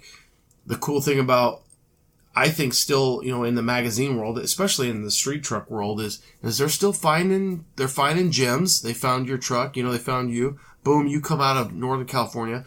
And then from that, we've got a few more trucks that have come out of the Provost Motorsports shop, if you will. And what's really cool is that it kind of pays like almost a respect and a homage back to who you were and who you are. It's like, it's the Mafia truck. Yeah. So is he going to shit his pants or what? Oh, where I was going with that. Oh, he will. You were going to Japan. Yeah, so tell us about that. How did you get invited to go to Mooney's, Japan? C10 Nation, what up, what up? I've been buying my truck parts from Brothers for over 20 years now. BrothersTrucks.com. Anything you need from 47 to 87 Chevy and GMC restoration parts. The cool thing about Brothers, they've updated their website, super user-friendly, but they're more than just truck parts. They also offer a killer monthly newsletter, which really, honestly, goes into all kinds of things within the scene, a little bit in-depth. Sometimes I contribute, and so do many others. Talks about new videos that they have out, new tech, new parts that are on the horizon, and other current events in the scene. So get online, BrothersTrucks.com, get yourself the latest catalog, and sign up for the monthly newsletter. It includes restoration tips, videos, hot forum topics, event info, and so much more. So if you want to stay as current as possible, sign up for the catalog, and get your brother's monthly newsletter. It's that easy. BrothersTrucks.com, BrothersTrucks.com. Marquet has been in business for over 40 years. It all started in the original owner's garage. From humble beginnings of a couple parts in a garage to a 2-building manufacturing facility making over 6,000 parts, Marquet has grown to be one of the country's premier truck parts manufacturers. They not only design the products, but also design the tooling to build the products, guaranteeing quality control. They have made their original parts from the original trucks. Aluminum strips are double polished, creating a mirror finish, and crystal clear anodized. They use the highest quality, hand-selected show quality wood that will hold up over time. Why? Because it's kiln dried to precision moisture levels specifically for Marquet. They stock oak, pine, and mini exotics, guaranteeing extremely fast delivery. All parts are manufactured in-house in Oklahoma City, USA. They offer quality parts built by Americans for old American-made trucks. So when you're looking for body moldings, bed strips, bed wood, and so much more, think Marquet. That's mar-k.com. How did you get invited to go to Mooney's Japan? So, the first show we debuted at was Grand National Roadster Show. Let's see, was that last January? A year? Yeah. So that would be almost a year and a half ago. A year and a half ago we debuted it. That was in 17. Yeah, we won some super cool awards at that show. And that kind of propelled the whole year. It got some attention. I talked to street trucks there. And we were definitely an underdog in the show. And South City had brought some just Riddler Award cars and just unbelievable stuff to that show, not even placed before. So the fact that the truck did so well, it kind of sparked good guys for the year. And then at the Grand National Roadshow show, the guys from Moon Eyes that select the cars liked it there, and then later decided that and then another truck and another car were going to be the only vehicles coming from America. And they shipped it out. I put that thing on a container for 5 weeks, and we rolled out to Japan, and they treated us like royalty, and they were the greatest, most generous, kind people. Put an amazing show on, and then shipped it back. I mean, they even pulled it up on a tow truck that was the matching paint of my truck. They're very, very, so legit. They're super serious about their car scene there. And that was an incredible experience. We got to meet a bunch of people in the industry and people who are passionate like we are. And just we've met so many amazing people since then. So I took a break from off-road racing, which is another passion of mine, and was I'm going to take the kids. We got an RV. We're going to go on the road. We went to Ohio. We went to Texas. We went to Arizona. Good Guys? Yeah, we did 5 of the big Good Guys shows. Okay. I think they're the national ones. Yeah. And did good at the Good Guys show, met more people. And then it was just, I realized that it's important to have things, you have to show up, you have to be there.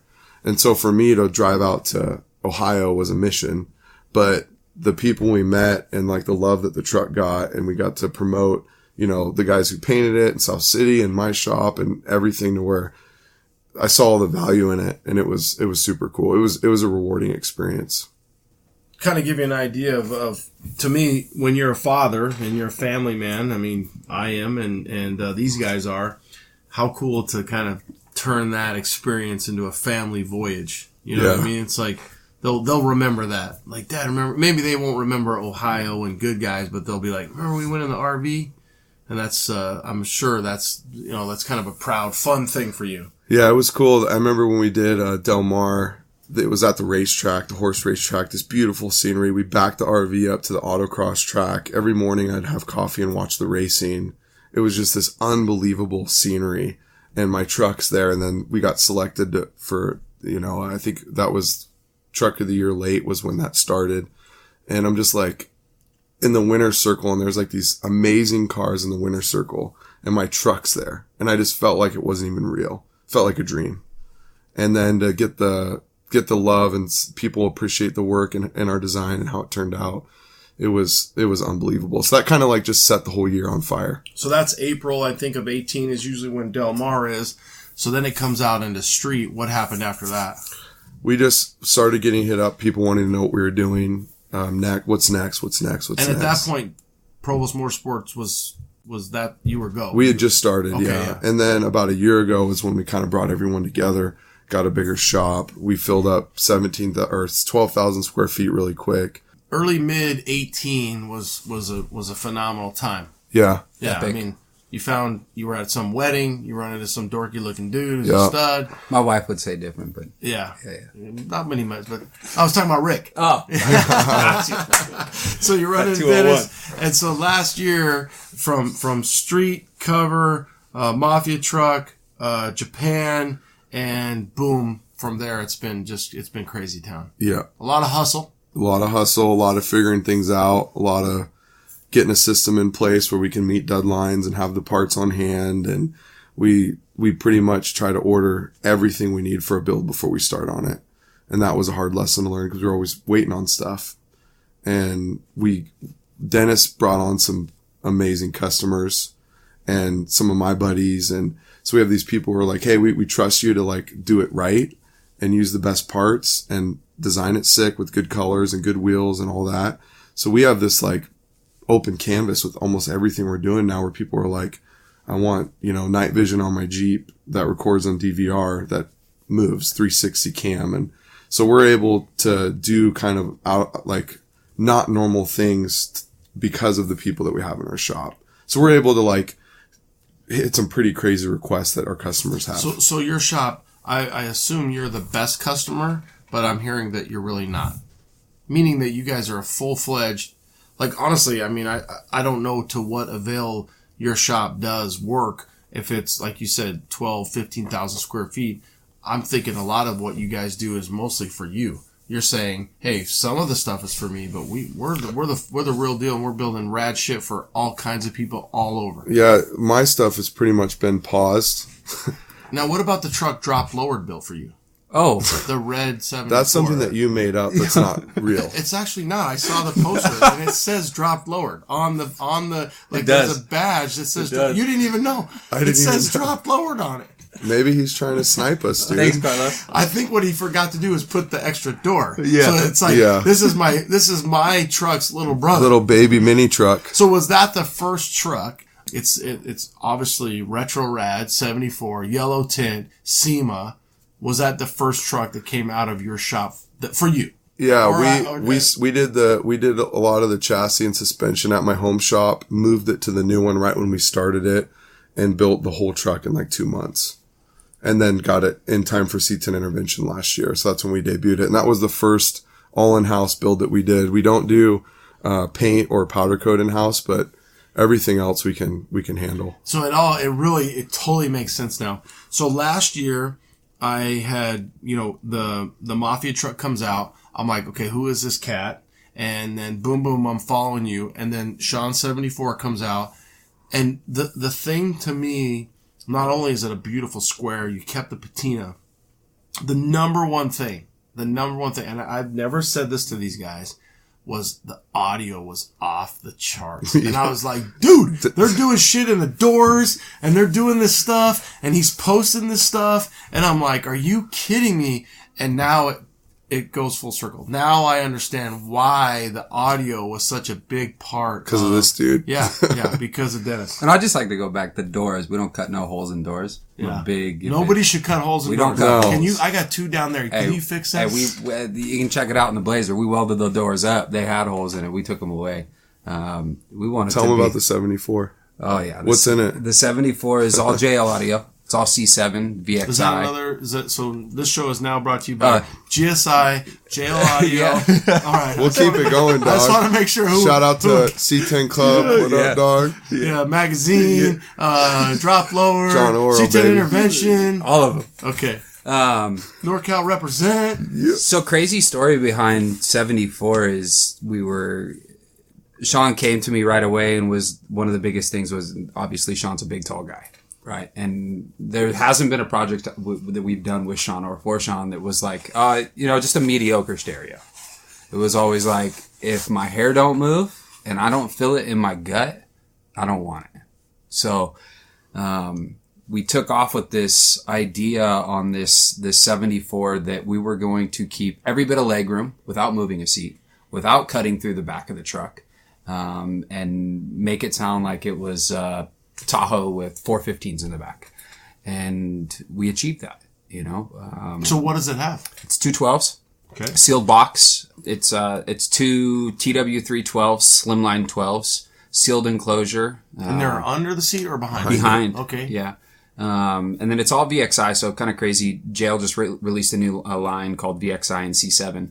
And we, as soon as we knew C7 was coming, it was like, if it isn't the best, Sean doesn't want to be involved. And it was like, hey, there's this new line they're dropping. We got to do it a different way. It runs off, you know, you get audio signal through light. It's all optical. It's bitch and shit, right? It's the best. And when we dropped it to Sean, it was like, oh, well, we got to do it. Let's do it.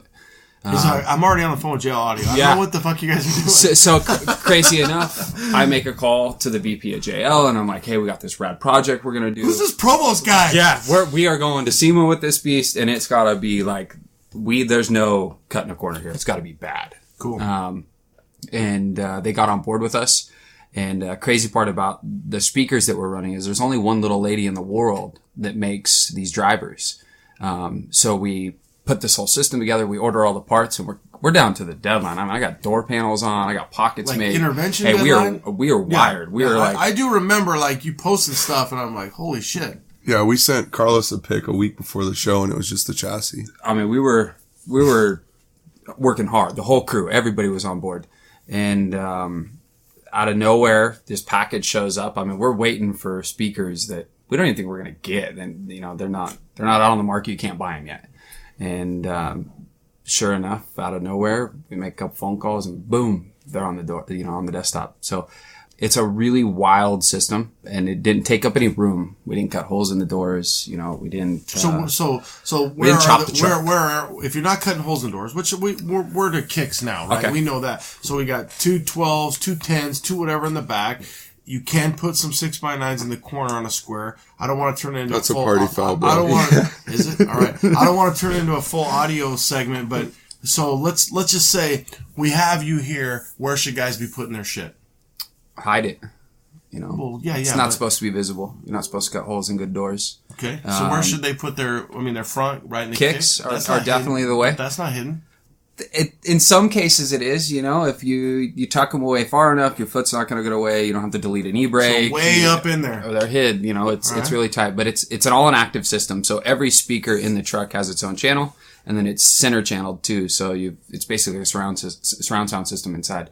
But it's all active. So you're running like a 26 channel amp or what? Well, we got 2 8 channels underneath the seat, and then we got 1001 driving the woofers. The center channel. We hid that where the stock one was. All Bluetooth. Just everything's hook up, Bluetooth. boom. No deck. You know, CDs are gone. AM, FM. Just a little volume knob. Yeah, that's all I need. That's what the Stoners got. It's cool. It's cool. You don't need no deck. No, decks are overrated. You got Bluetooth. You got a phone. The phone is your deck. Radio deletes have never been more popular in freaking C10s, man. Yeah. You can get a radio delete. It's too easy. Yeah, it's cool. Well, it's good too. And crazy to that is on the 74, you know, you see a lot of those square body trucks where they cut that radio because it was 2 knobs and they put a CD player in it, right? Yeah. Well, this truck was untouched.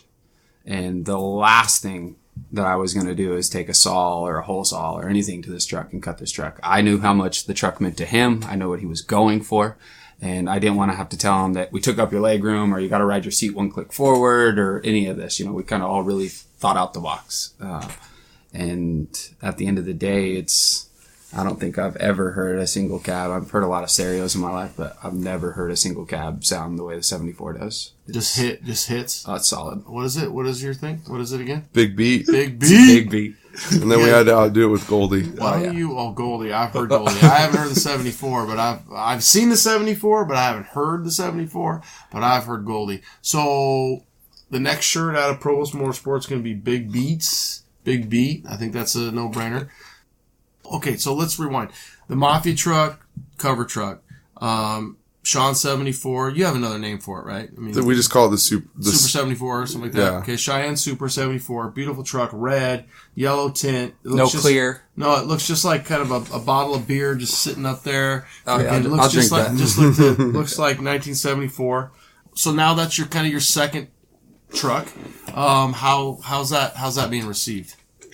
Really good. It's kind of like we did what we wanted to do with it, and you never really know How does that make you two feel? You're a successful businessman. You're a successful automotive stud. How does that make you feel when you go on the national, you go to SEMA and people are saying, dude, this is rad. It was a trip. Like, I felt really good about that truck and that people would like it, but I didn't really know. Goldie was way more, I don't know if they are going to understand what we're trying to do. I mean, this is lots of different genres this truck hits, and it's wild. And leaving all the work exposed and not covering things up with Goldie. With the 74, I felt like we were able to capture GoPro down. Yeah, battery GoPro done. GoPro down. We were able to hit the mark that I was going for with the 74, like, pretty easy. And I felt like it was easy to understand. Like, we went for simplicity. We went for just, like, clean to the point. Like, keeping there was a wood grain original interior. We kept that. We tried to keep as much originality to the truck as we could. We left the big block in it. So we all new chassis and suspension, but we were able to keep the look of the truck like a 74. Big block, Super 74, red. I mean, right there, if you guys don't have what I call a boner, then you should, because it's tingly. It's good. I mean, really, a 70. Well, first of all, 73, 74, the grill, you're never going to lose. And then you factor in the red, the patina, and then you factor in the system, and then you factor in the drop and the big beats. It's a winner. It's really a recipe of success. That recipe. So you guys are making cookies. You got oatmeal. You got raisin. You guys got the Mafia truck. You got the Super, Sean 74. And then now you're like, what are we going to do now? And then you bring in Goldie. Yeah, we were looking for something clean, a good starter, and had way more rust than we thought. We ended up having to replace the whole floor. It was very hard at the beginning of that truck.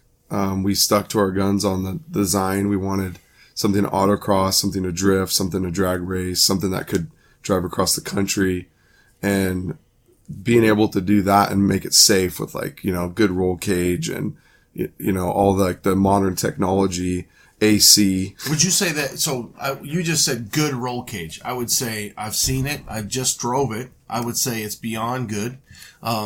That man Cole, crushing it, bro. I do like him. My 17-year-old son's like, I like this roll cage. It's kind of like, I don't even know what he said. He's like, I like this roll cage. It's like, he didn't say inconspicuous because he doesn't even know that word, because I can barely even say that word. But he said it and he was like, you don't even really know this is here. This is a nice roll cage. So I would say way more than good. I would say great.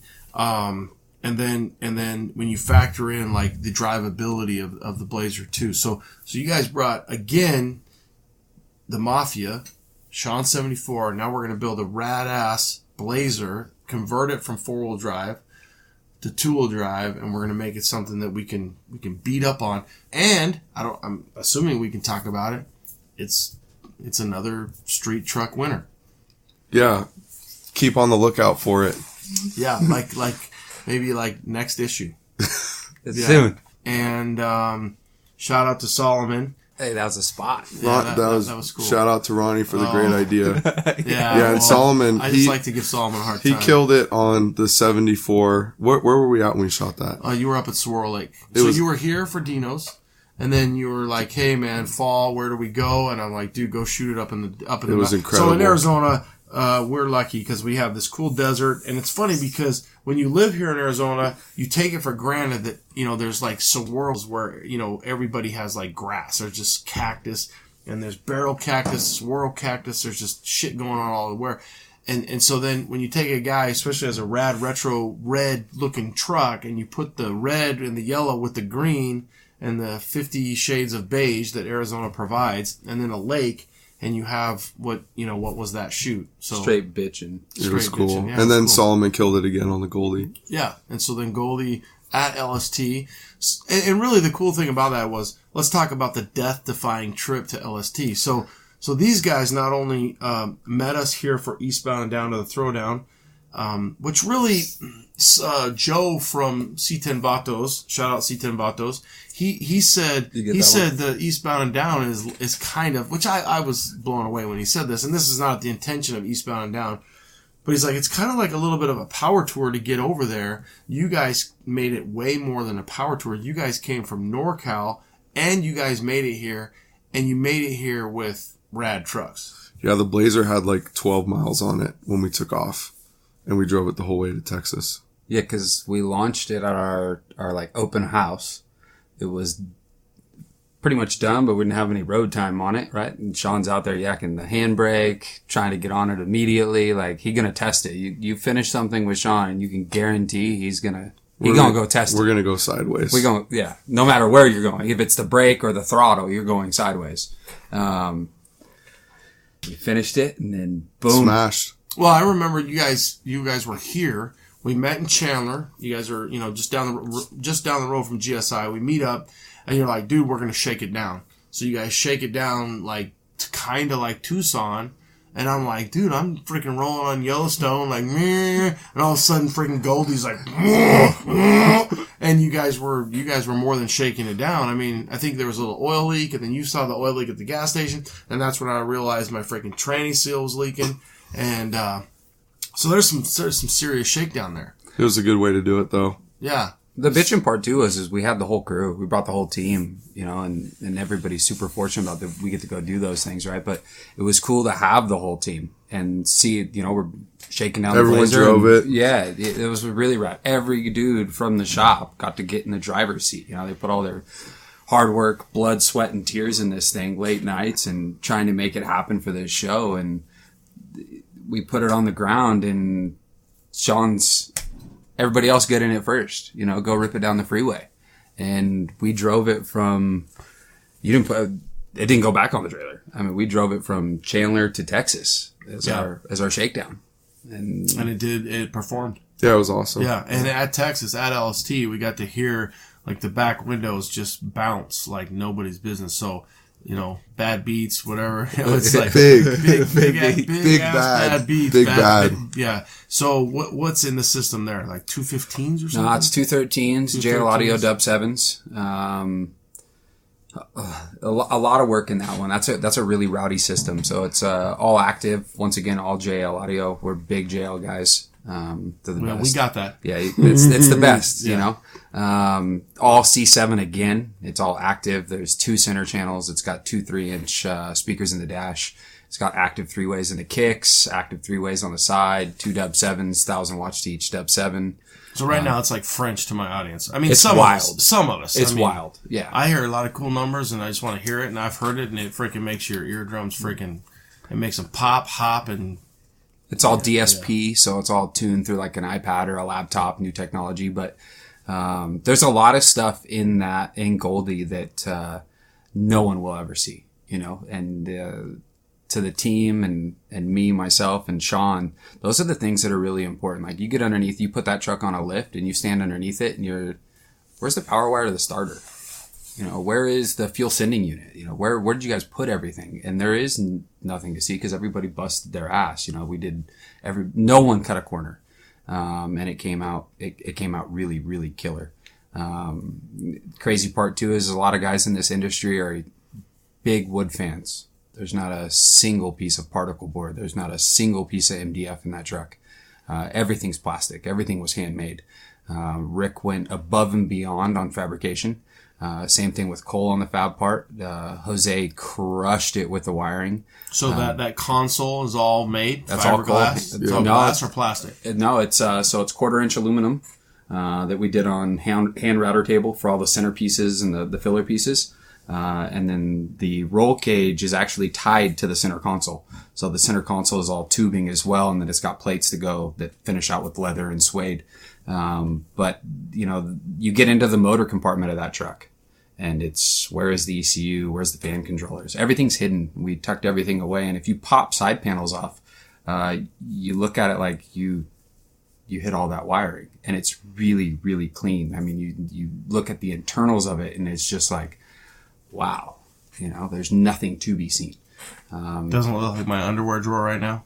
No, or my sock drawer. Yeah. Same thing. Yeah. But all jammed up in there in that hidden panel. But there's a lot. Hide everything. So you're saying that you have clean, hidden panel underwire stuff. It's just as bitchin' looking with what you can't see as what you can see on Goldie. Once you do discover it, it's pretty. You're impressed. Yeah, underneath the back seat is unreal. What's the goal for Goldie? Sideways. Yeah, we want to race it. We want to go to the shows and smash it. We wanted drivability, we wanted handling, we wanted braking. I mean, it corners like unbelievable. I just wanted all the new technology in a 70 Blazer. Paddle shift. Yeah. Handbrake. How does It's that fun. work? It's fun to drive. So you let me drive it today. Yeah. I drop it in a drive and I look over at my son. I'm like, well, it has paddle shifts, but do I have to hit a certain button to No, switch? it just, you click it once, it goes into manual mode, and then as long as you got your foot in it enough, it'll stay in that gear. And it's responsive, it works great. We got the drivetrain from Spear Tech, and then, is it Precision or PCS? PCS? That's what we use for the 8-speed, selector and stuff like that. Yeah, it's pretty radical to go, into that 8th gear, and I'm looking down and it's got a LED, display. I've got Dakota Digital gauges and I'm looking at them and I've got the paddle and I'm freaking just on it. And I'm like, I look over at my son. I'm like, this isn't a 6L90. This is, I see an 8 here, right? So LT4, 8L90, E. And we're just freaking buzzing down the road, and it's singing. It was a good time. I appreciate you letting me drive it. The engine light, it said check engine or some shit. And so I'm like, this isn't my Blazer and I can't afford this. And he's like, oh no, it's fine. Don't worry about it. It's the fuel ratio back to the Dumaflachi, and they obviously know what it is. But for me, driving somebody else's $150,000 Blazer, that I'm going to just bring it back. And we had fun. I got it. I wouldn't say sideways. They have video, so it'll be interesting incriminating. I did get it. I wouldn't say I got it sideways, but I would say that I got it quarterways, and I had fun doing Baby steps. Yeah, baby steps, especially when it's not yours. I'm glad that it's, because I would have probably rolled the damn thing if it was mine, but it was fun. So you have a recipe, you have success. You've got the Mafia truck, the Mafia truck, Sean 74, Goldie. We'll talk a little bit about what's next. Are any of those for sale? Would you sell them? Are they all yours? Would you give the owner back his truck, or did you already, or is that what's going to happen in a month or two when he sees it? I don't know. I hope not. You want to keep them all? Yeah, I think so. I feel like they're all the beginning of a lot, and we want to perform at a high level, and we want to bust out some super cool, functional, unique builds, and this is the beginning of it. So yeah, I don't really want to sell them. So who in the C10 world do you guys see and think, dude, I like their style? My first, I would say builder crush was Delmo. You can't say Delmo. I have to. There's over 64 million people have already used that on every episode. I have to. He's a pimp. His simplicity of keeping the truck the originality of the Less truck. Less is more. I love simple. Yeah. And then when you can make it function and work good, which he knows how to do, I feel like it's lights out. You check all the boxes. So for me, with his style and quality of work, I was I want to be competitive and be able to build something of that caliber. So he definitely was the first one. And then Eric too, with, I saw Tootsie at SEMA in 14 or Superfly 15. Study. Yeah. And the detail that he has and the vision, and homegrown right there in your he's he lives right by us. Are you homies with him? Yeah. Okay, cool. To see someone who I would say is OCD like myself be able to do what they set out to do, with that truck, it gave me confidence to build crazy things, because I'm he did it, so it definitely was a morale, confidence booster for me. And I got to see, I really liked Scott's G10 that he built for Good Guys. Yeah. The fit and finish on that truck. I've been obsessed with C10s for a long time. So I know all the weak points. I know where people mess up. I know them really well. So for me to see, some of these high level trucks in my eyes, it definitely kind of set the bar for me. And I always naturally want to go over and beyond that bar if possible. Have you met Del? Yes. Okay. Yeah. Obviously, you've met Eric. I didn't know if you had met Del. Yeah. Good people. Totally. Both of those dudes. We're lucky to have them in the community. Totally. Dennis? Yeah, I've always loved C10s, but I'm a big dually guy. Cool. Yeah, big 4-door guy. Yeah. I grew up in a... Do you like a C30? Do you like a Ford? What do you like? I'm a big Chevy guy. Yeah. You know, I grew up in a 98... I like OBS? Yeah, big OBS. 454 SS. Dream truck. But I'm a big crew cab dually guy. I got one right now as a shop truck. And like a 90 what? I grew up in a 98. Blue and white, two-tone truck. Yeah, it was last year. Tonawanda 454. My dad had a 454 truck. And I grew up getting dropped off at school in it. I'm a big dually guy, so I'm a big follower of Lowboy. I love his style. I like what he's doing. I like newer age trucks. I like older age trucks. But did you go up there when you were here? No, not yet. Yeah. Lowboy's right up the road. So yeah, I wish I'd have known that before. But you can go up there tomorrow, and we're lucky. It's crazy right here. GSI's right here. You guys are like in the mecca of everything. So you like the dualies? You drive a dually daily? I do. 16.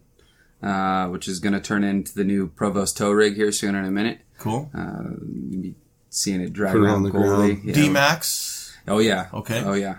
Yeah. She's going to be a bad beast here soon. So, one of the questions, was who do you look to? Okay.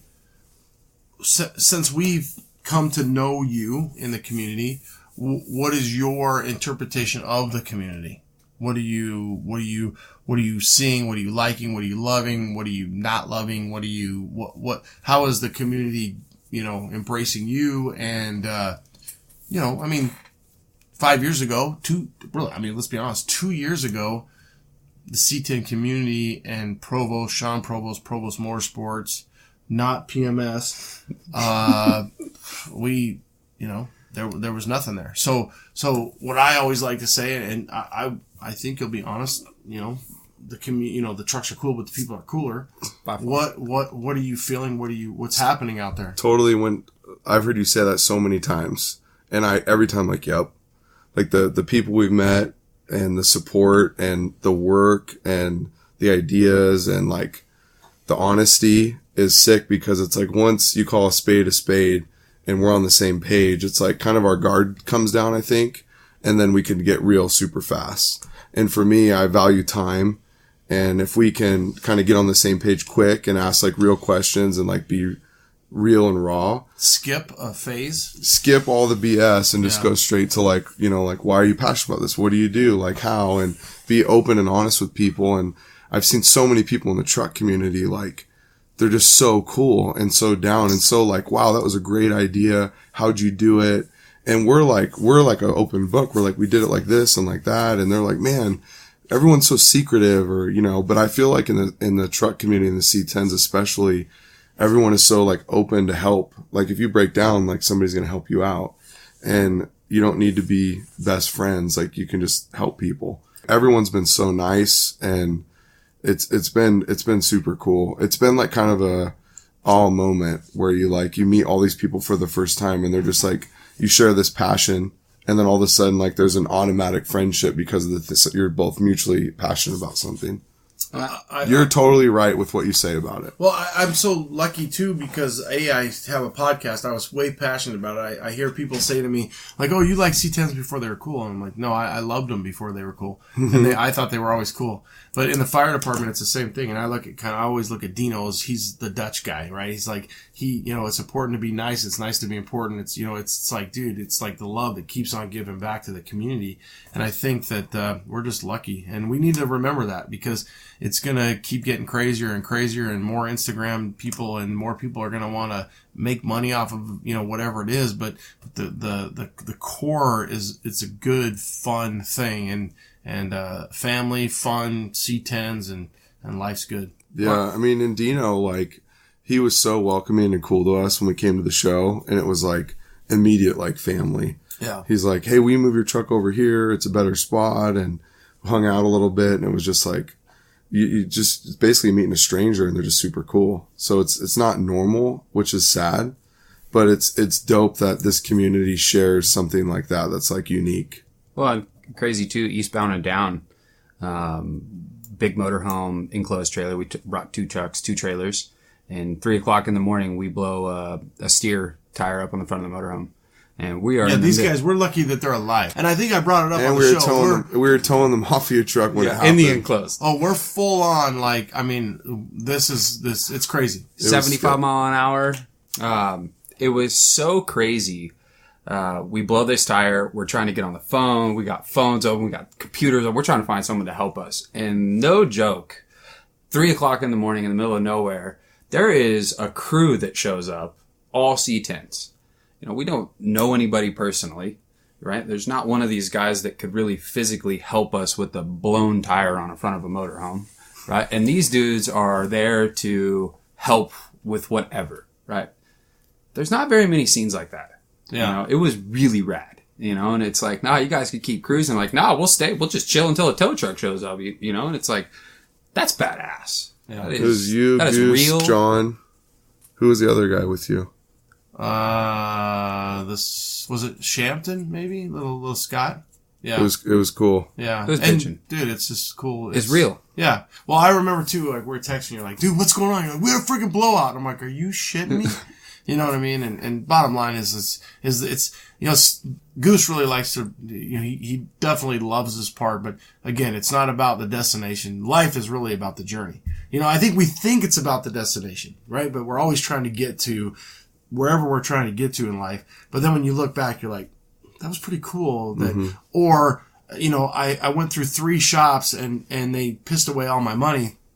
And the whole time you're just kicking whatever you're kicking. And by the time you get it the 4th time, you're like, okay, that journey, you know, the other thing I always love to say is what you get when you don't get what you thought you wanted was experience. Well, you got a ton of experience. So it's like what you got made you who you were. You know, that's the skin in the game. That's you cutting your teeth. And it's just, sometimes I think we're so impatient. I'm an impatient guy. I wish I wasn't, but then you have to realize, dude, that's just part of the journey. It's growing you know? pains. I appreciate all of it. Yeah, you really have. It's like the harder it is, the more you learn from it. Do you have okay, so we found out who your build crushes are. You love the community. The community's gonna love you back. Do you have a show that you're like, okay, I went to the Get Down, I went to LST, Intervention. Do you have a show that you're really trying to get to that someday you would love to go to and be part of? Anything. We just want to be wherever it's cool and wherever there's dope people and people that are passionate about the same thing. Like, I feel like it'd be sick to do Moon Eyes again. That was like a once in a lifetime experience, but I feel like there's so many cool shows, you know. The C10 Intervention is cool for us because it's by our hometown. Local. And it's like a splash in like kind of the NorCal truck scene, and it's the beginning of, you know, a great show, and the first year was a great turnout. So for me, it's like, now we have something kind of like, you have your Mecca truck scene here and it's sick, and ours is like baby steps. Yeah. And it's growing, and there's tons of like home built savage dudes who are just wrenching in their garages and just coming out with some sick work, and being able to kind of start building that community like you guys have here. We're like 10 years behind, but the people that we have building it and the friendships is legit. It's solid. But that's the journey, and that's what it's all about. At the end of the day, the trucks, it's so funny how the trucks will become secondary to the relationships that you've formed through the trucks. It's crazy. It's a trip. People don't even understand what you're talking about. Yeah. But it's wild. It is. And it's what it's all about. I mean, and I'm blessed because I work with 200 guys where if I didn't have the truck scene, if I didn't have the boating audio scene, I could go down to the station right now. I could tell them all my problems. I could not drink a beer right now, but I could, you know, in life as a man, you need that. Just as you need as an 18 to 22, 3, 4-year-old man, boy, you're trying to figure out who you are, where you want to be. As an adult male, companionship, whether we want to agree or not, or we want to act macho, breaking bread, you know, drinking beer with your peers and your friends is, when you're 65 and you're sitting there on the porch, or you're 70 and you're in the home or whatever, you're like, I had a good run. Yeah. For sure. Blessed. Yeah. Living the dream. Cool. So to close, what's next for Provost? Are we allowed to talk about the next build? You want to talk about 69? Yeah, we've got a few cool ones coming up. We got a 69 step side Army truck that we found. all original, all the tags. The doors are still painted, and we're gonna do a nasty twin turbo setup on that truck. And then we're building what's the black one? 69 C10 black with red interior, fully optioned. That's getting full, probably LT4, LT5 drivetrain and GSI chassis. And then is that another shameless plug? Or oh yeah, we love those guys. All right, you know? I just want to make sure. Yeah. I got to write those down. Yeah. Edit. Yeah. 127. Cut it. Edit. JL audio 64 times. GSI 16 times. Either I'm going to edit them or I'm going to bill them. So Sweet. one way we're going to make this happen. So yeah, we've got a lot of freedom in the design and the direction we're going to go with all these builds coming up, and our customers are like, we trust you. Are those customer builds? Yes. Okay. And are they potentially SEMA builds? Yes. Okay. We also have a 70 Suburban in the works that we're just started working on. We got a little secret one too, but it's not really that C10 game. All right, cool. Is that the back to the vanilla? No, it's that Okay. M100. The Mercury. M1. Oh, that's cool. M100 Yeah, is we are the gonna Ford cheat. version of the truck, the Mercury truck. Yeah. Yeah. You don't see those very often. No, it's a rare one. Yeah, So yeah, that those one's are going to cool. be coming soon. We got a chassis for that one. What year? 62. Okay, so that's like a unibody style, but Yes, it's sir. it says Super Mercury rare on the back. Yeah, Those are really super cool. rare. I know there's a bourbon up there right in your neck of the woods if you need another one. The guy reached out to me, and I don't need it, but it's expensive. But it's very clean. I was like, wow, this is clean, but I don't need it. Okay. I mean, that's good. I think we've jumped in the pool. We've crushed some beers. And again, if you can jump in the pool, crush some beers, and then hopefully my boss has got the grill going, have some steaks, and not record a pod, life is still good. But to get a hold of the boys and record some pod and talk about the rad dudes, the Provost pimps, from Aaron to Cole to Dennis to Rick to Jose, Carlos, everybody. Don't let me forget any of them. Good people doing good things, having fun doing it. I guess any advice, whether it's truck or life advice for the audience, any last whatever, anything you guys, anything that we didn't cover that you want to cover? Chase your dreams. Chase it. Don't ever give up, man. Yeah. Any more shameless plugs? You guys have some really good people behind you. Yeah. Anybody that we forgot? Anybody that? I'd say we're all pretty lucky to have our wives, though. Yeah. We're Well, all, you guys kind of talked about that. Yeah. we're pretty fortunate. They And put Cole up with just us. had a baby, right? Yeah. Cole's got a baby. Cool. Yeah. Getting married here in a minute. Cool. Yeah. All right. Yeah, everything's baby, good. married, minute, however that works, whatever. Way to go, Cole. Classic. Yeah. We're going to make her honest. Super legit. Yeah. Too legit to quit, Cole. Yeah. Rad dudes doing rad shit. That's what we're all about. That's it, man. Provost Motorsports, Dennis, Sean, Provost. I guess the bottom line is have fun, chase your dreams, and build rad C10s. And if you're into anything else like Ford Solomon, then suck it. C10 Talk out. Thanks, guys. Thank you. Late.